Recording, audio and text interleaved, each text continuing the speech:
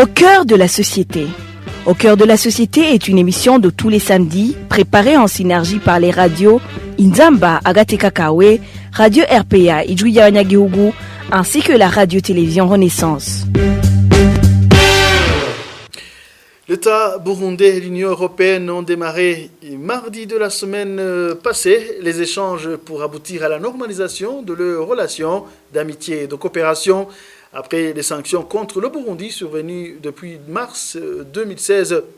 Ces sanctions ont empêché le gouvernement du Burundi de recevoir une aide directe de quelques 430 millions d'euros pour la période de 2015 à 2020. Quels sont donc les intérêts derrière ce rapprochement entre le gouvernement du Burundi et son premier donateur?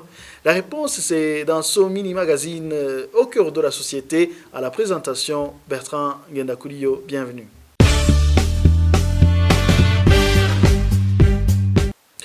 Dans son allocution lors de la rencontre entre les deux parties, le ministre burundais des Affaires étrangères Albert Shingiro a indiqué qu'il faut se libérer du passé et accélérer ce processus de dialogue pour atteindre des résultats.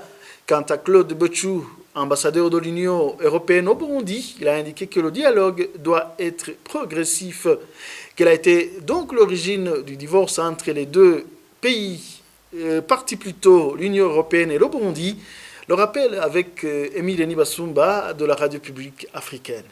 Les sanctions qui ont été prises en mars 2016 avaient été précédées par les consultations entre l'Union européenne et le Burundi afin d'examiner la situation et les possibles solutions, comme l'exige l'article 96 de l'accord de Cotonou qui lie l'Union européenne aux pays ACP. C'était en décembre 2015. L'Union européenne considérait que les éléments essentiels repris à l'article 9 de l'accord, notamment les droits de l'homme, les principes démocratiques et l'état de droit, n'était pas en train d'être respecté par la République du Burundi. Dans le pays s'observaient des assassinats, des tortures, des disparitions forcées, des arrestations arbitraires, des intimidations et des viols, des crimes qui visaient non seulement ceux qui s'opposaient au troisième mandat contesté du président de la République, mais aussi d'autres citoyens burundais. En plus de mettre de l'ordre dans le pays, l'Union européenne exigeait également au gouvernement du Burundi de participer activement au dialogue inter-burundais piloté à l'époque par la communauté est-africaine. Après ces consultations de décembre 2015 qui n'ont rien donné, l'Union européenne avait décidé que ces activités de coopération nouvelles avec le Burundi allaient être limitées aux actions à caractère humanitaire ou bénéficiant directement aux populations. C'était avant les sanctions qui sont ensuite tombées le 14 mars 2016. Ainsi, le gouvernement du Burundi venait de perdre environ 430 millions d'euros d'aide directe jusqu'en 2020. Mais l'Union européenne a continué d'accorder au pays l'aide dont bénéficie directement la population burundaise. En termes de coopération, la motivation des différents acteurs est basée sur les intérêts. C'est ce qu'explique ici Méthode Ndikumasabo. Il est expert en droit international. Nous sommes dans le domaine des relations internationales et là, l'élément déterminant, c'est l'intérêt. Et donc, chacune des deux parties a intérêt à la reprise de ces négociations. Commençons par la partie burundaise. Vous savez, ça fait déjà à peu près 5 ans que l'aide européenne est coupée et que d'autres sanctions ont été prises, soit à l'encontre du pays, soit à l'encontre de certaines personnalités.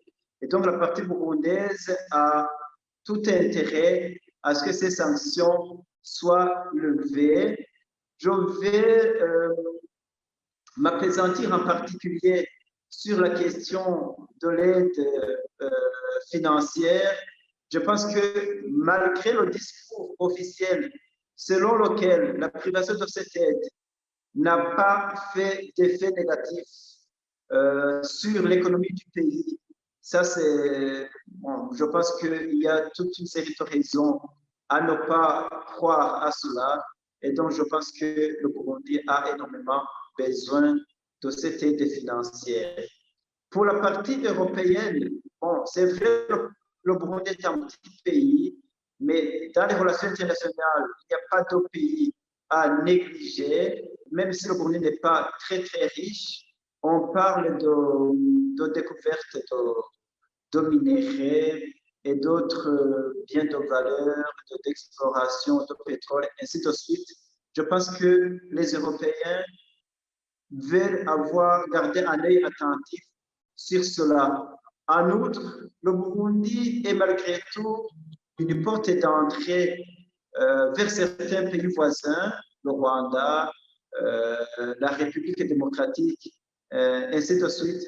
Et donc, c'est quand même un terrain que les Européens ne peuvent pas laisser comme ça, d'autant plus que en cette matière, quand on laisse un terrain, d'autres l'occupent et on dit que le terrain qui serait laissé par les Européens serait occupé par les Russes et les Chinois, et je pense que cela ne ferait pas nécessairement plaisir aux Européens. On est au début des négociations, on n'a pas encore de résultats tangibles. Ça dépendra de l'allure que les deux parties prendront. Et ça dépendra aussi des accords sur les points d'achoppement, les points importants d'achoppement. C'est bien que je peux dire que, alors, d'ici la fin de l'année, peut-être oui, peut-être que ces sanctions seront levées, peut-être non, peut-être que l'une ou l'autre partie aura cédé sur une partie. À l'issue de la rencontre, le ministre burundais s'est montré enthousiaste, n'hésitant pas de dire que les résultats concrets sont pour bientôt. Mais cet enthousiasme a été vite refroidi par plus de 40 eurodéputés qui ont écrit une lettre au vice-président de la Commission européenne pour s'opposer à la reprise de ces relations. Car selon les élus européens, le gouvernement burundais doit d'abord cesser les tueries, les disparitions forcées, les arrestations arbitraires ou encore garantir la liberté d'expression et le retour des réfugiés dont les défenseurs des droits de l'homme et les journalistes en toute sécurité et dignité, sans oublier la réhabilitation des médias détruits qui sont la radio publique africaine, la télévision Renaissance et la radio Bonesha FM. Et voilà, c'est ce qui prend fin son mini-magazine. Bertrand Ngandakoulio, j'étais à la présentation. Rendez-vous la semaine prochaine. Au revoir. C'était l'émission Au cœur de la société.